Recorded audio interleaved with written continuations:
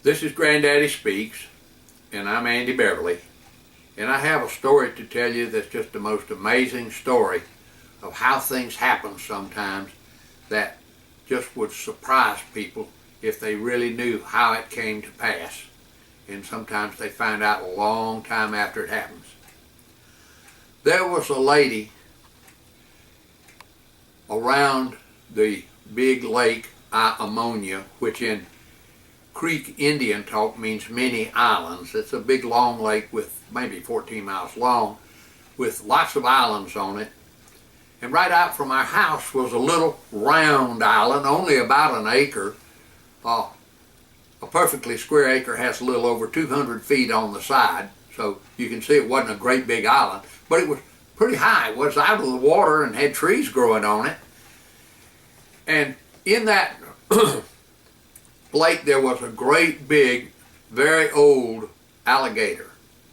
When he finally died of old age and crawled ashore on a bigger island nearby, Daddy found him and measured him before we buried him.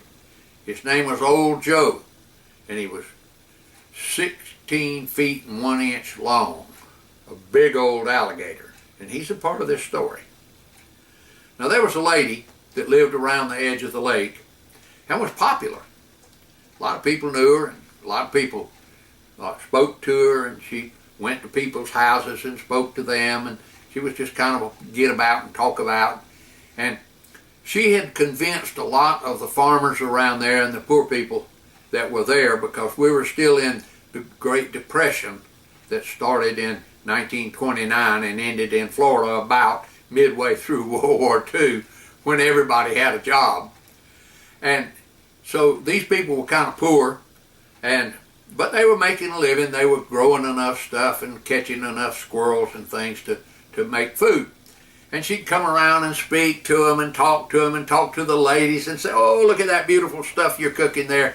And this lady had an evil thing. She had figured out how to make a powder out of some kind of beans that I don't know what are. But she tried to make a powder out of something that was so invisible you could hardly see it at all. And she'd have some up her sleeves, and she'd be sprinkling that stuff. And she had told these people that she had some magic, and that if they got sick, that she could come and make them well. And if she'd visited your house in a few days, you'd be so sick, you'd be all spitting up and sick, and your stomach hurting and inside of you, and you just feel awful. And she'd come over and do this thing of a spell, dancing around and ringing some bells and carrying on. And then she'd say, "You're going to be well in 2 days." Well, what she was giving them took about 2 days for it to wear off. And so they got to thinking she could cure them. And they really thought that. And so people gave her gifts, and people were always offering her money and doing things for her.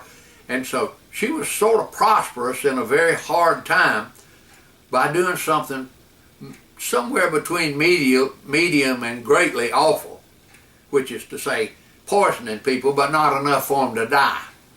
But she went to a house one day where a mom had a new baby and a bunch of children, and she was whispering and talking around and walking about and shaking her arms, and somehow she got some powder on the baby's bottle nipple, and the baby got sick and died. And she came over and did her spell for the other people, and the baby was gone.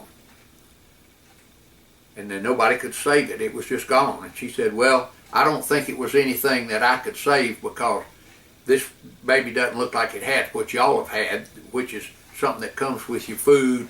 And people were thinking that there was something in the food that they were growing.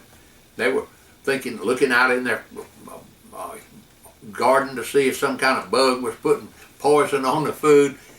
And so they got suspicious, but she went on and came down by my dad's place, where we were living on the edge of the lake.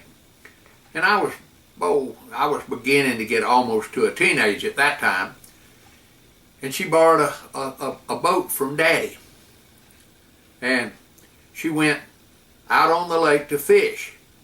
And she went over by the island, the little round island, where Old Joe had dug a great big deep hole in the shallow water there by carrying the mud in his mouth and putting it up beside the island so that he had a place that he could lie on in the sun and sun himself.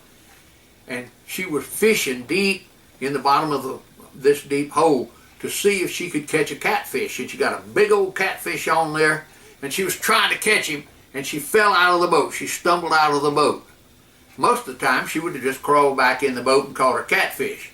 This time, for no reason, because he'd never bothered people before, Joe came up and got her and took her down deep into the bottom of the hole where he had dug a tunnel, and then above the tunnel a cave, so that he could puff himself up with air and go in there and blow air in there and have an air chamber down under the water for bad times and for when he wanted to hide something that he wanted to eat later. And he put her in there, and nobody could find her. And they came and asked Daddy, and he said, yes, she borrowed my boat. And they went out there and they found the fishing pole floating on the water and the catfish on the end of it, but they never did find Aunt Nancy, who was the name of the person that was doing that evil stuff and killed that baby. And years later, when Lake Ammonia dried up, because a sinkhole, which sucks up the water from a lake until it dries up, that lake dried up, and people going out there looking around found this cave-looking thing, and somebody crawled in there, and there was a skeleton all crushed up and bitten up, and it was old Aunt Nancy. And they could tell because she had the gold things on her teeth, just like she had had them when she wasn't eaten up by an alligator. And her skull was there and bones. And so the story of Aunt Nancy came out. Think about it this way. Sometimes when you're evil, evil comes and finds you. This is Andy from Old Granddaddy Speaks. Thank you for being here with me this little while.